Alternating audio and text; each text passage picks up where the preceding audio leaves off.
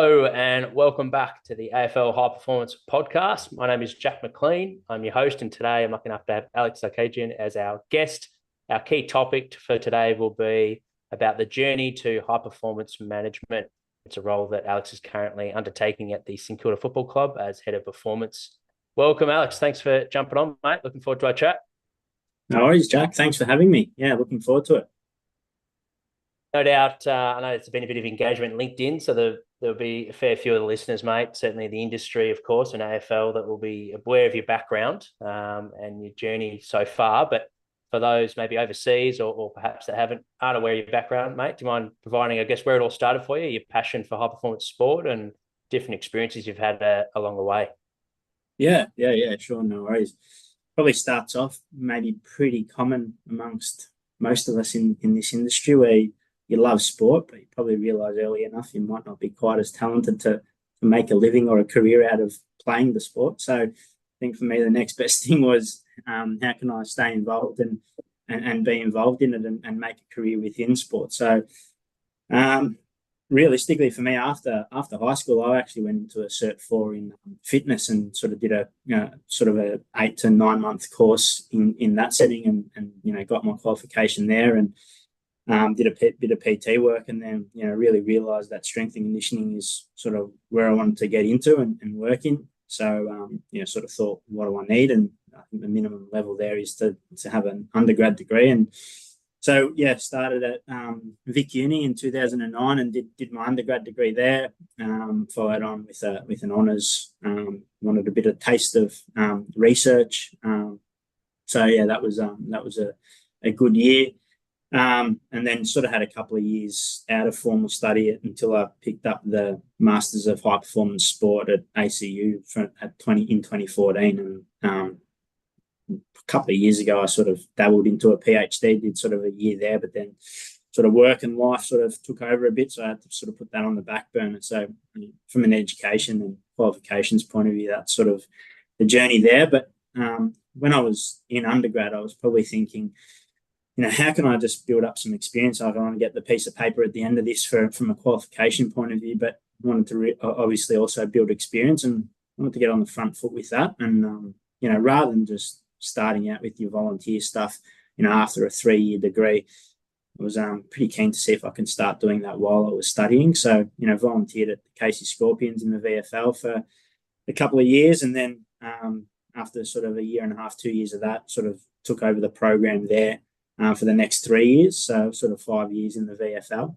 And then also through that period, like we were aligned with the Melbourne Football Club. So, in periods where uni wasn't on through the summer and those types of things, and I had a bit more time on my hands, so sort of volunteered my time just to go down there. It was really working with the fitness staff there to, they'd give me a piece of paper with a swimming program on it and I'd take 1 or 2 rehabbers over to the pool, make sure they didn't drown and sort of bring them back. And it was just, creating a bit of a relationship with those guys because some of their players were obviously coming back to us when, they're not selected in the main squad on the weekends throughout the season. So I think that was an important sort of little period there because, when a role opened up at the D's, they sort of didn't really go to market. They sort of came to me and said, there's this opportunity here. So, that developed into a role in like 2010 as an assistant S&C coach. Did that for 2 years. And then, I finished my studies by that stage from an undergrad and an honours point of view. Role opened up for a rehab coach / sports scientist in a full-time role in 2012, which I took on and sort of held that role for 5 years there. And then, sort of did 2 years after that in more of like the head of sort of conditioning role at Melbourne. So it was that was sort of my start in the practical sort of coaching experience in high performance sport. From there we sort of opened our own business as well. From a family point of view, my wife's a physio in high performance sport, so we had a bit of a sort of a gym, sort of a athlete training facility. She did some physio out of there and Pilates and we had a gym there with some sort of group hit circuits and sort of had some junior athletes come through that for a little period. After Melbourne, I went into WNBL and worked in the WNBL during the hub season where they sort of back into COVID, sort of did a hub season in North Queensland. And, that was a great period to work with, one, a different sport, but also, female athletes at the top of their game, which is a really awesome group to be a part of, especially traveling and being on the road. For first sort of 3 months was great. And then, got a role at Essendon as the senior strength and conditioning coach, primarily looking after all the rehab guys. Rehab's been sort of the main part of my journey and my career. But part of that role was also working with the first year players and really taking them and sort of integrating them into our program and seeing them through their first year, which was also awesome. Yeah, and then sort of that led me to the role that I'm in at the moment, which was sort of like 2023, sort of halfway through that season, the opportunity presented itself to come to St Kilda and to lead the program here, and been here ever since. So might have been a long-winded way to go through it, but that's where I'm at today. That's awesome, mate, and obviously fitting for the topic as well. I think it provides context for those certainly that aren't aware of your background. Provides obviously some tips there as well in terms of, which is something we'll probably spend a little bit of time on now for those looking to crack in. You mentioned a few there. Obviously, the not just waiting for your piece of paper certificate to start your experience, but actually getting in and gaining some experience while you're doing your degree. And obviously that paid dividends later on with the assistant role and building relationships, like you said, and allowing you to make a bigger impact, I imagine, the VFL program with that relationship with the AFL boys. What other tips would you have for those strength and conditioning coaches looking to build out a career like yours? Would there be anything you'd do differently if you had your time again? Talk us around tips for those, I guess, landing their first full-time contract. Perhaps they're working at a semi-pro level at the moment and they've got their degree and they're looking to crack in for the first contract. It's a great. I actually wrote a paper, sort of a qualitative research paper that was published in the Journal of Australian Strength and Conditioning. It was in 2015, so it's a little while ago now. But I sort of also presented it at the conference, at the ASCA conference later that year. It was like something around like factors considered important by managers to gaining employment in high performance sport. So I sort of interviewed a lot of GMs and high performance managers, head coaches about what are the sort of character traits, but also minimum level qualifications as an example of what they'd consider for different roles, like a junior S&C, a senior S&C, a rehab coach. Like I said, I spoke to GMs and head coaches about what they want in a high performance manager. So, but I mean, it was a little while ago now, but I think some of the findings from that would be somewhat still applicable. 70, if you're thinking about what sort of industry-based qualification should I go and seek, you've got AACA, you've got ESSA, you've got those types of things, 77% of them said that the AACA qualification or an accredited coach is something that they'd, be looking for in terms of those industry-based accreditations. Practical coaching experience was the big one. You need the minimum level of qualification, obviously, but practical coaching experience, 100% of them said that people that they look for would need practical coaching experience, especially with athletes. Having a passion for strength and conditioning. So hopefully it's not a chore. It's something that you really like to do and really enjoy to do. Was a really highly rated quality as well for aspiring S&C coaches. And I think like the minimum sort of formal level of qualification was an undergrad degree for a junior S&C, but a master's at least for a senior S&C. But really pursuing a PhD wasn't really ranked very highly in even those senior positions, which I thought was interesting. So I guess in sort of my takeaway from those little findings were that if you're looking to continue your formal education, but it's at the expense of gaining experience once you've sort of got your master's degree, then maybe that's not the balance that you should be looking for, especially if you want to be sort of hands-on and get into the field. So not to say that you can't do a PhD and maybe you can do an industry embedded PhD, so get the best of both worlds. But I guess from an employability point of view, sort of once you've sort of got your master's, chasing a PhD but not having experience is probably, you want to just try and strike that balance of, your formal qualifications but building experience as you go. So I mean, that's just probably, I tried to formalize that a little bit through that phase, and it's something that you can refer back to, and some of those things might change now with a little bit of time, but I think some of those sort of stats and principles that we spoke about can help guide some of your decision making throughout your career. But I think, like I said, realistically, you just need a minimum level of qualification. Like you need to have an undergrad degree, and probably working towards a master's degree now is probably a minimum level requirement. The other thing is you just need to have competence on what your core business is. So if you're applying for a strength coach role, you need to be good as a strength. You need to know your stuff around strength training and power training. If you're applying for a rehab coach role, you want to have a good understanding of rehab philosophies and principles. Be able to really link in closely with medical practitioners as well. So I think while you're still developing, you should still be open to sort of being a generalist and giving yourself exposure to rehab, strength training in the gym, sports science principles, but sort of as you sort of develop and you sort of have good clarity on where you ideally want to go, then you should be working on sort of that specialization in the background as you're trying to sort of build some experiences more generally. So yeah, I think there's probably some tips, but definitely some practical coaching experience, and having sort of a minimum level of formal qualifications are the key ones.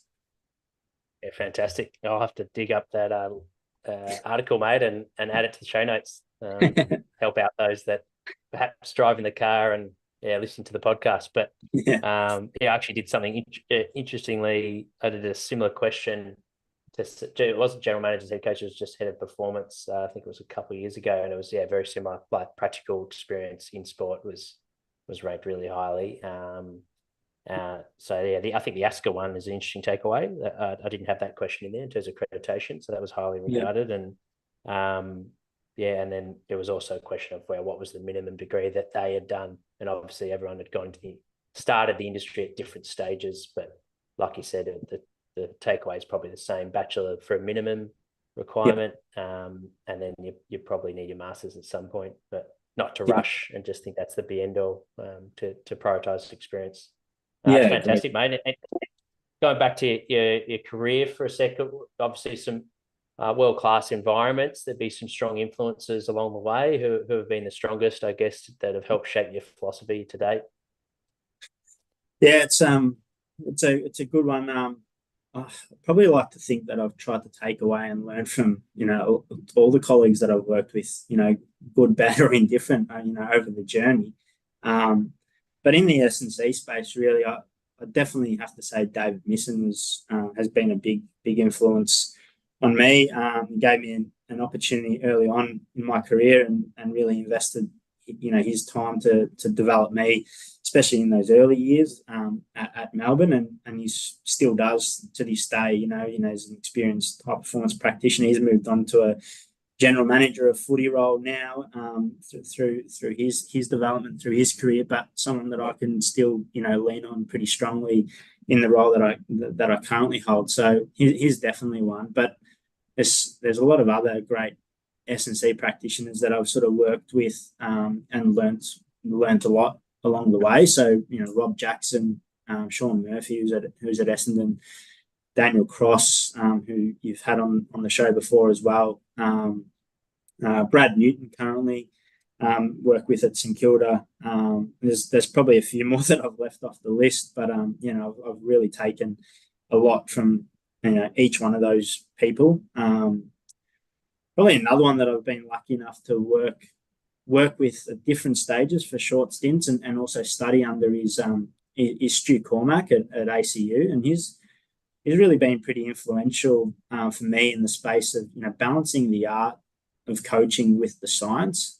He's a really great applied sports scientist and practitioner, and spent time in high performance sport for a number of years. But that's been something that I've really been able to, grasp and take away from him. And like I mentioned earlier, like I spent a lot of, my journey as a rehab coach. So I've worked with some great medical staff as well. And that's been able to improve my sort of rehab practices, my understanding of pathology, and things like that. And, really, Nick Kane at Essendon and Ben Shippard now at St Kilda have sort of been two others.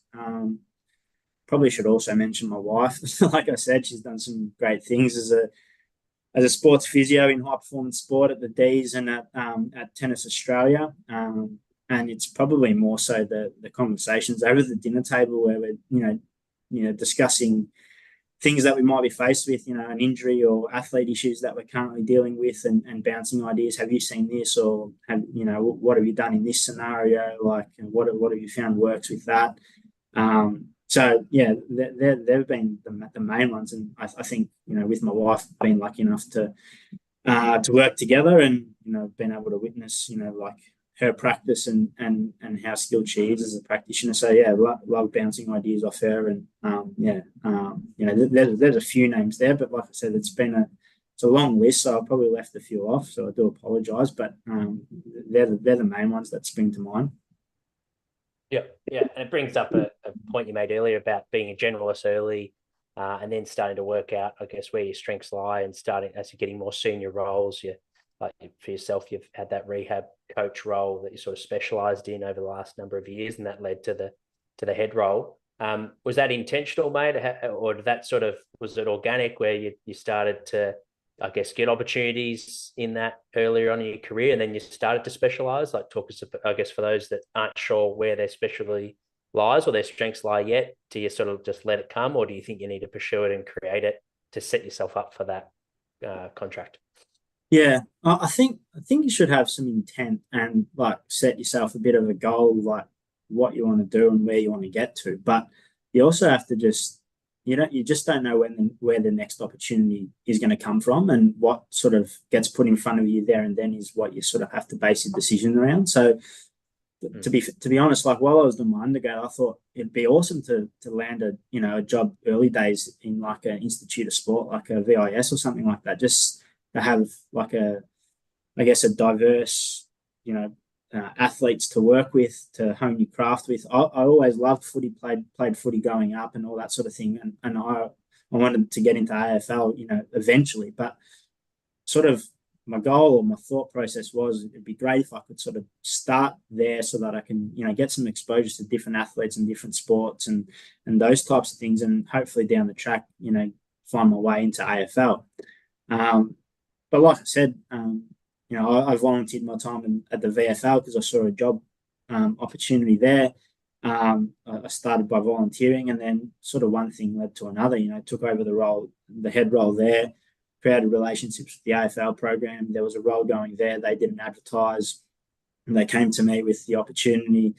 I was like, well, I eventually wanted to get into footy. I'm not going to say no. I didn't have any guarantees that I was going to land a job at an institute of sport. So like turning that down would have been pretty silly. So yeah, it was probably more that those were the progressions really to one thing led to another, I guess. And then it was a rehab role that opened up in the AFL program, and I was part-time as an assistant S&C. And then I finished my studies, so like I had time. I was looking for a full-time role, and again, rather than going to market and advertising, it was sort of the work that I had done as a volunteer, but then sort of in a part-time capacity that led them to, tapping me on the shoulder and saying, here, we've got this available. What do you think? So, and a little bit was early days was, there was a lot of guidance and mentorship early days, in the rehab setting, but, I feel like I was able to really grasp onto a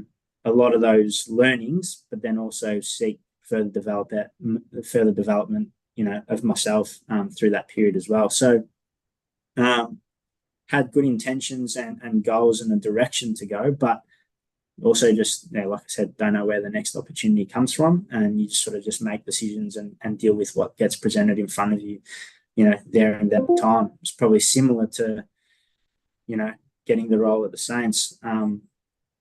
was midway through the season. I was still at Essendon, as a rehab coach, just focusing on that role. And, while I'd set myself up and had gone through processes previously, for head of performance roles, I wasn't really in the headspace or thinking about, what's next and, where am I going to next year or the year after, that type of thing. I was sort of just doing my day-to-day role. And then, the call came and that opportunity popped up. And, so one thing led to another. You just deal with the opportunities that you're faced with, at the time.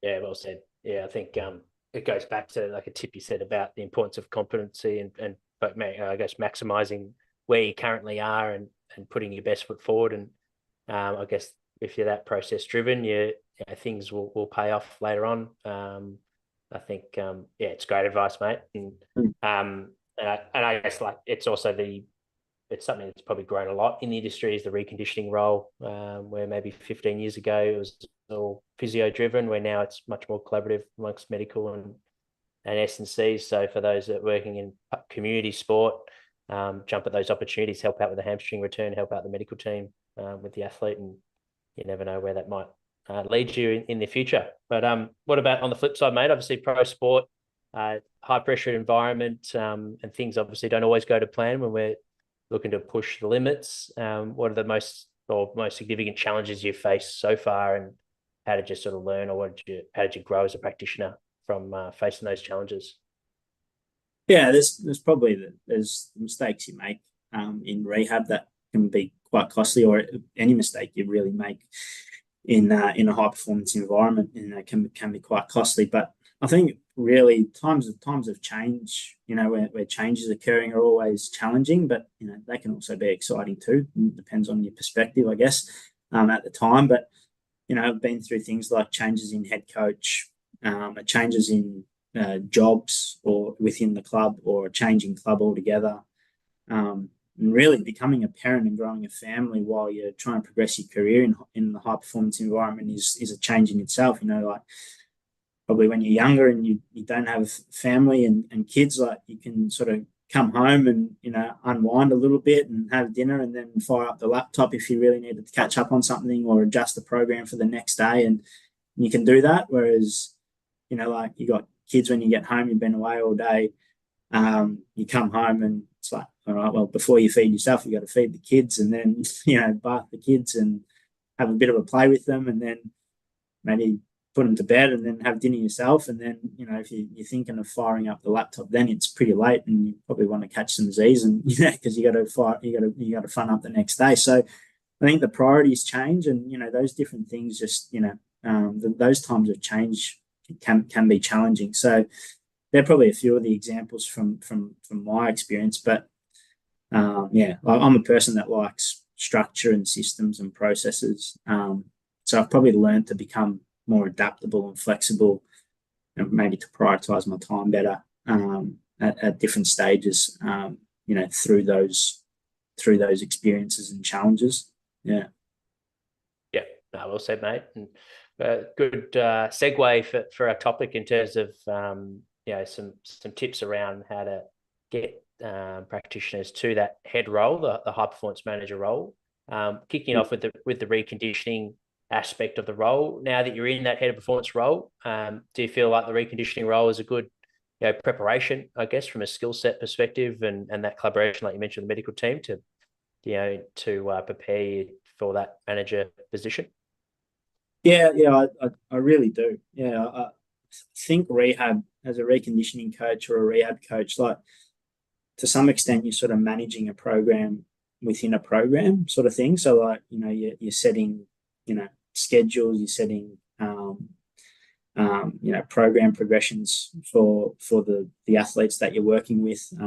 Athletes are going to be coming in and out of rehab at different stages and different times, and just managing their programs, and even the staff's programs that are going to be looking after them or taking them through different stages is important as well. I think probably gives you a really good understanding and collaboration with different staff and different practitioners. So, doctors, physios, the athlete themselves, obviously the coaches, and keeping, great communication in line with them, psychs and nutritionists. So, you're sort of managing, or the roles that I was in from a rehab point of view, sort of managing all those things and having a really holistic approach to the rehab process.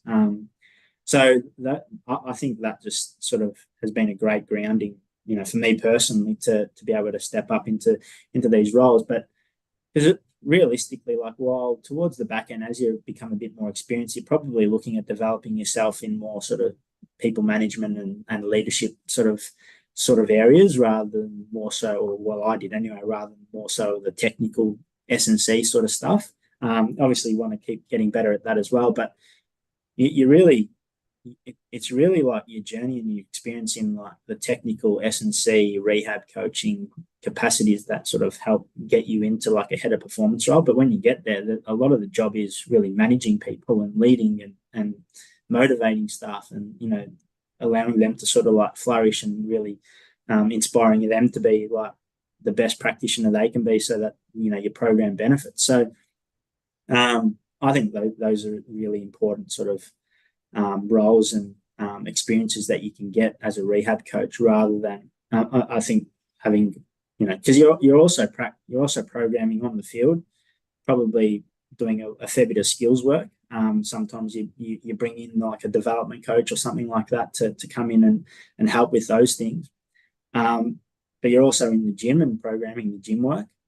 So it's just really, you're across all elements of the athlete's program and development and integration or reintegration back into the main program. So yeah, I think there's so many benefits of being a rehab coach, reconditioning coach, that can set you up for good success as the head of performance or a high performance manager, whatever you want to call it. So yeah, it was a great grounding for me, I felt. Yep. And how did your sort of reconditioning, or how has your reconditioning philosophy sort of evolved over the last sort of decade? You mentioned like a holistic approach and integrating everyone, for that athlete-centered approach. Yeah. So it sounds like there are areas that you've highly prioritized, but yeah, what are some areas that have significantly changed from the start, but when you didn't have any experience in that field, to when you're in the thick of it, and through experience you've tweaked some things along the way? Yeah, it's great one. Early days, I was very much like rehab the injury. It's a shoulder, so rehab the shoulder, or it's a hammy, so rehab the hammy. Like work off the prognosis and the time expected to return, and you build out a program from there. But then that progressed really relatively quickly to really a criteria or milestone based approach, and supported by using the tech and objective testing, and that helps guide your progressions and the athlete's readiness to take the next step, and those types of things. And I mean, the underlying factor is like you have to respect tissue healing, and time is important there, but there's also criteria and milestones that athletes, they show that they've got the capacity to hit that, and that might help you accelerate some of the different phases of rehab. So developed from that, and then really layered on the mental, psychological considerations for each individual as well on top of that. And like I mentioned, it's a really holistic approach with nutrition and those types of things. But I feel like from those, just what's the prognosis and what's the injury and rehab, that to making a criteria and milestone based, using objective info to help guide it, then layering on sort of the mental and psychological impact and influence that can have on an athlete as well. It's not so much always just how they're thinking and feeling and those types of things, but also my language to how I, present a program to them, or what colors I use on their program. Like they're already in a state of, geez, I've just got injured. I'm facing this much time out of, playing and training and doing what I love. And coming to that realization, and then within the first day or two, I'm presenting, a lot of red on the page because they're not running or whatever. Like I just those little types of things, I've just learnt to appreciate the impact that those types of things can have. So maybe rather than using such a red color, in those early phases when they're already down about themselves or their outlook, just changing the color or changing the wording on my language about how I go about it with them. And a little bit of that is understanding the individual athlete as well. But yeah, they're probably sort of like the main sort of quick overview snapshots of like the primary developments. But yeah, those sort of mental and psychological sort of considerations, it's probably like 5, 6 years ago now. There was probably a couple of key sort of moments where those sort of really hit home. And I don't know, you can might be one you can put in your show notes, but there was a great book I read that my wife actually put me onto it. It's called Cure by Joe Marchant. It's something like the journey into the science of mind over matter, and they use a fair bit of like some case studies, but more in the clinical medical realm rather than the athlete and sporting realm. But it's just why not use it with athletes as well? So yeah, that was sort of like case studies of where like positive impact was made from mental or psychological sort of interventions and how that really influenced their feelings of pain and healing the body. So yeah, that was pretty cool. And then the other one was a talk by Professor David Martin, who had been at the AEST for a long time, and he sort of he did a presentation on belief effects and things like how placebos can influence performance. Some of the placebo research is, you read into that or do some YouTube searches on some presentations around that. Like it's just, it blew my mind, and I was just sort of thinking, why not? So yeah, I'd recommend both of those if you've got the time to look into them. But yeah, that was sort of some of the influences that sort of helped shape some of those more sort of psychosocial, mental sort of considerations to the rehab process. Yeah, fantastic. No, thanks for sharing, mate. And you mentioned the human side, and then also the technical aspects of the role that you're in at the moment, and spending a bit more time on leadership and management of people to empower your staff as well as your players. How do you go about balancing those two aspects, whether it be developing maybe the young players with their technique, but then also developing your staff as well with skill sets, but also having the relationship piece, I guess, being a couple of years now into the program? Yeah, like I said, firstly, I'm quite aware that I'm still developing my management and leadership skills, and I think that's going to always be an evolving process throughout the journey. But I have like great confidence, like in my knowledge and the experience I've built up over the years, especially in the rehab space, to share my technical philosophies with my group and my staff, and just put them out on the table for debate. Like I'm also very aware that there's multiple ways we can achieve a similar goal, and other great practitioners that I work with that are equally as experienced have done things slightly differently. That's why like I'm really open to just sharing it, putting it on the table, discussing it, workshopping it, and those types of things, and then sort of fine tuning it and coming to a consensus as a group on what's our philosophy, what's our processes, and then sort of just somewhat taking a step back and giving space to those great talented staff to work within the space and that framework that we've developed and put their own stamp on things. We tend to discuss final programs or products or any adjustments or those types of things anyway as a group, so we're all on the same page and we can make sure the communication's open and it's consistent with the athlete, amongst ourselves, up to the coach and the coaches. So we do that anyway. So yeah, like I see my role really being, to really keep our group connected and motivated, collaborating with each other, communicating strongly with, interdepartments and with the stakeholders, like I mentioned, and making sure like the dynamic is as positive as it can be between, players, coaches, medical, performance, those types of things. So I really still, while I said I do take a little bit of a step back, I really enjoy getting my hands dirty and still being in the trenches, so to speak. And I'm really active on the track and those types of things with warm-ups, taking conditioning sessions and programming the conditioning sessions, and coming over to rehab and getting involved in that and being involved in the creating the rehab program and process collaboratively. But like it's really the rehab physio and our rehab coordinator that are, developing it and tracking it and keeping tabs on what do we need more of, what do we need less of. This is what's planned for today, and making sure that, from my point of view, that we're staying within those frameworks and our philosophies that we've discussed and spoken about. So we've got like really talented group of people. So I have faith that they can go and execute,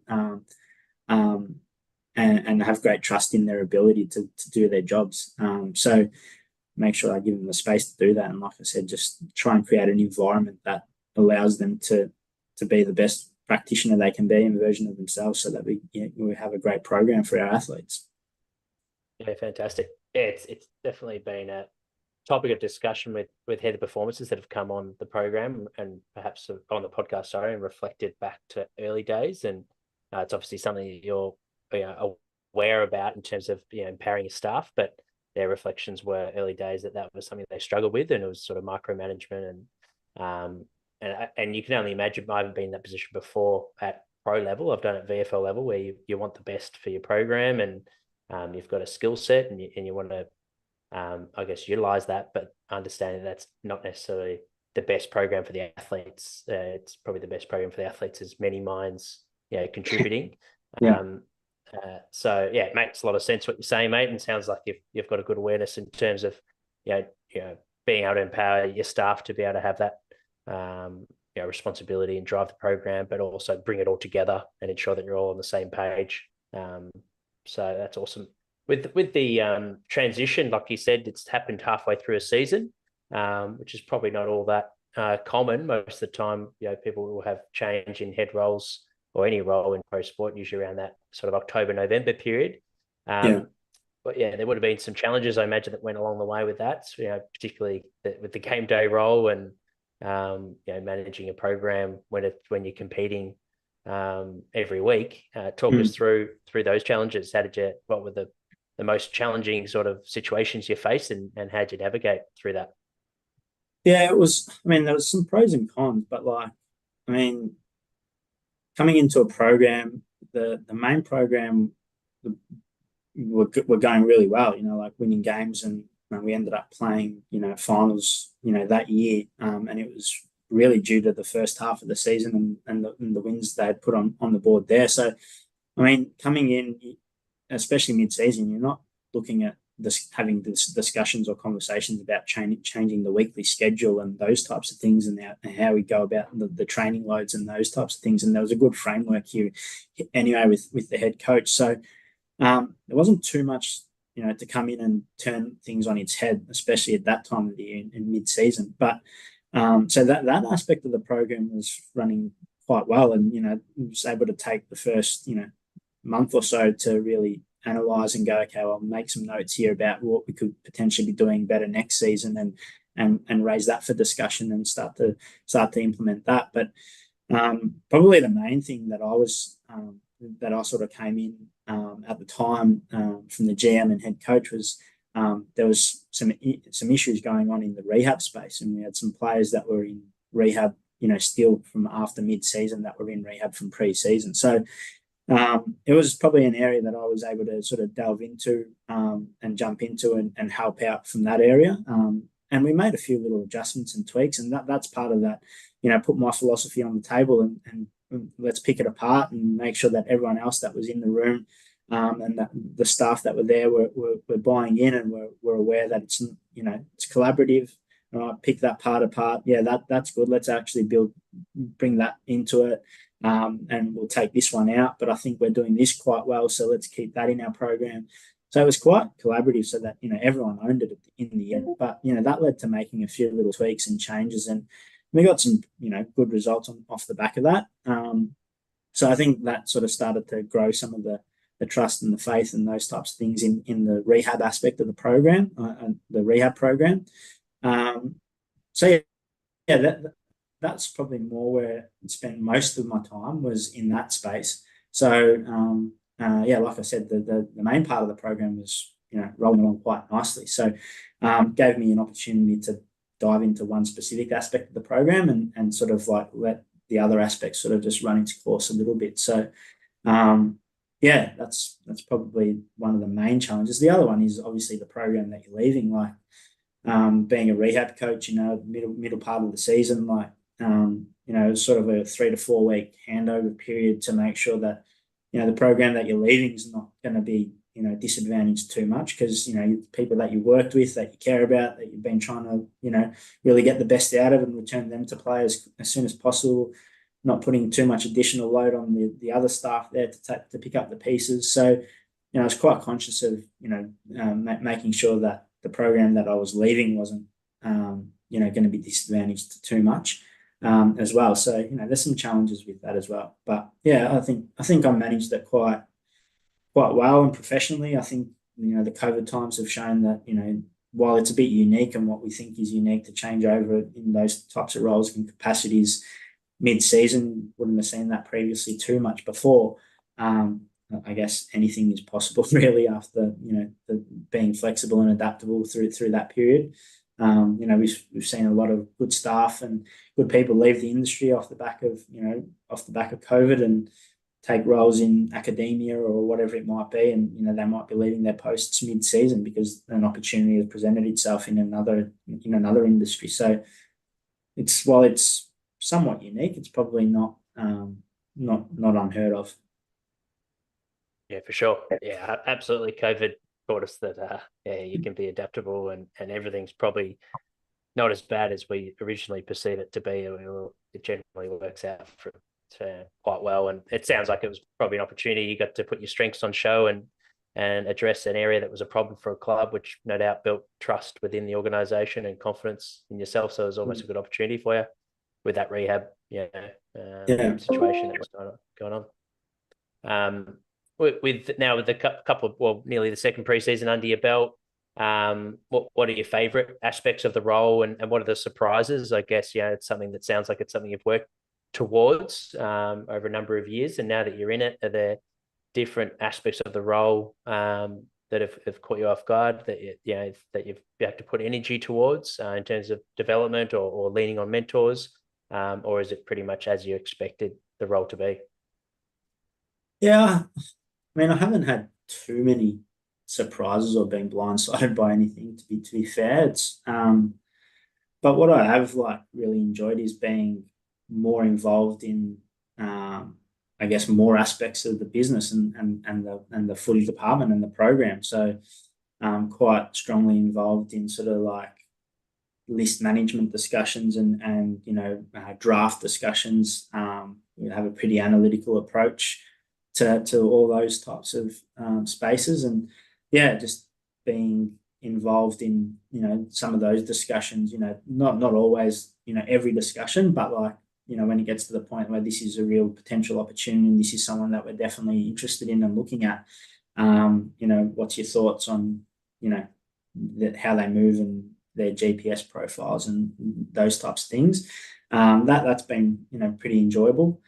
And then I did a little bit of it at the D's, but training planning with the coaches is a big part of this role. But when you're in the rehab role, it's probably less main group training planning. It's more about nailing the rehab program. So getting back to doing that has been really enjoyable and really good. And setting up a system and the loads to work with the coaches to develop a pre-season, and then our in-season model has been awesome as well. So I think they're probably the main ones, to be honest. Yep, fantastic. And then final question before we start to wrap it up, mate. What advice would you give for high performance managers that haven't worked in the AFL but are looking to either transition to the AFL as a strength and conditioning coach?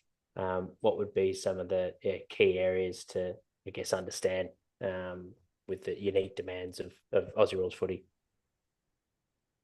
Yeah, it's I think you do the basic investigations. There's a lot of sort of profiling of what AFL football entails. From an external GPS output and those types of things in the research. So having a pretty good understanding of that can be a great starting point. But I think probably ties off the back of maybe what we spoke about earlier in our chat, was probably stay patient and sort of look to consistently show up and deliver sort of high quality when you're working and you're doing any work.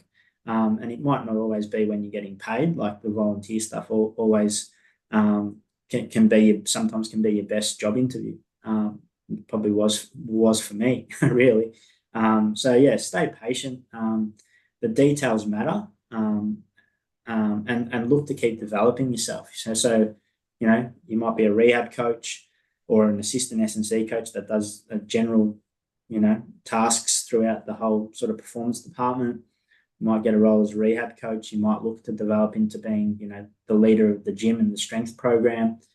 Personal development with workshops and conferences. And then, like I mentioned, maybe someone that might be a bit more senior and looking to take the next step as a high performance manager, you might be tapping into more leadership and culture and people management and those types of things to develop yourself. So I think, don't be in a rush, but also continue to look at, okay, how can I continue to develop myself with the aim of where I want to actually eventually get to.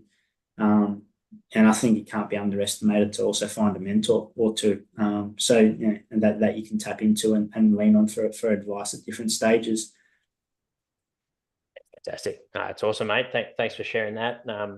These last three questions are professional related, but also getting to know you more on behind outside of sport, I guess. But first one's pet peeves. Do you have anything that sort of fires you up from an industry perspective, or it couldn't just be as simple as the boys not putting their weights away, but anything from an S&C sports science perspective that also might be a pet peeve? Well, that's always a good one. It's like just gym etiquette is not, packing up after yourself or not putting the weight plates in the right spot. So that's probably a little bit of my OCD coming out. But probably we've all probably worked with one or a few where, the athletes that have so much potential and talent, but they probably don't look to extend themselves to get the most out of themselves. And it's always the guys that might be less talented that are the ones that, dot all the I's and cross all the T's. So that's probably one. But also maybe that's probably something that's a wider issue maybe in our industry is the imbalance between sort of like advertised role position requirements and, the quals and experience and the remuneration or the lack thereof that gets tied to those. I think we can be working with the ASCA and our governing bodies to sort of, try and close that gap and minimise that gap a bit more. Yeah, 100%. Couldn't agree more. And what about a favourite way to spend a day off? It'll probably involve getting some training in early, and then go out and have some brekkie and a coffee at a cafe, or poached eggs and some avocado. Probably watch some NFL. The Philly Eagles are in the Super Bowl, so that's pretty pumped with that. So, anyone that's got a Super Bowl ticket, I'm pretty keen to head over there. It's the hard part to get. And then have a play with the kids. Probably play some wrestling in the room with the kids, or do something that my wife will say, you shouldn't be doing that with them. But they're the games that they like to play. So probably a big kid at heart. So that's probably a day off for me. Yeah, fantastic. That sounds a great way to recharge. And then obviously we're recording this in the early part of 2025, mate, and it's late January.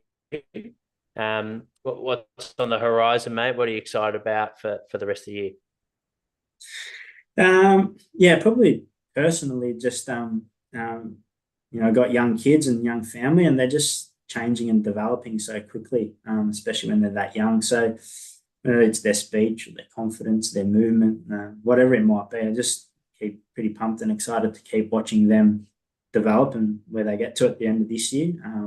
That's always exciting when you take a step back and see that and reflect on their development. So that's something I look forward to. And then probably more, I guess, professionally, pretty excited to see what our club can achieve. We're a pretty young group, but put in a big block of work like most other clubs have at this time of the year. And I just think the level of technical and tactical sort of education work that the coaches and players have put in this year has been so targeted and specific, and it's been enormous that we've made some great inroads in that space. So sort of that time of the year where pre-season is dragged on a bit now, and we're itching to get into games and test ourselves against sort of opposition and those types of things. So I'm at that stage as well. So yeah, pretty pumped to see what we can achieve as a group this year.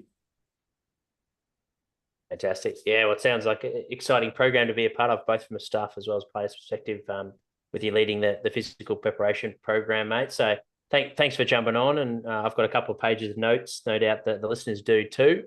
For those that want to connect or have any follow-up questions, is there a best place to get in contact? Yeah, probably I'm on LinkedIn and X and those types of things, but I'm not great on social media in terms of putting stuff out and that type of thing, but I do check X and sort of flick through that a little bit. But yeah, probably LinkedIn's the best one. You can send me a message on that, and always happy to connect and have a chat with anyone about anything that they think I can add value for. Fantastic. Awesome. Well, yeah, for those listening in, we'll add the links to the book that was recommended, Alex's article from 2015, and you can find his LinkedIn and X connections in the show notes. So, yeah, thanks for everyone that's tuned in to this episode. If you tuned in live halfway through, or perhaps at the end there, make sure to jump to the very start. There's been some gems there for future strength and conditioning coaches to work in pro sport all the way through. So you'll be able to listen to that on our YouTube channel, and we'll release it in our podcast in the coming weeks. Our next live chat is with Kelly Penfold, who's also a strength and conditioning coach, which will be on Tuesday, the 4th of February at 8 p.m. Australian Standard Time. So I look forward to seeing you guys then.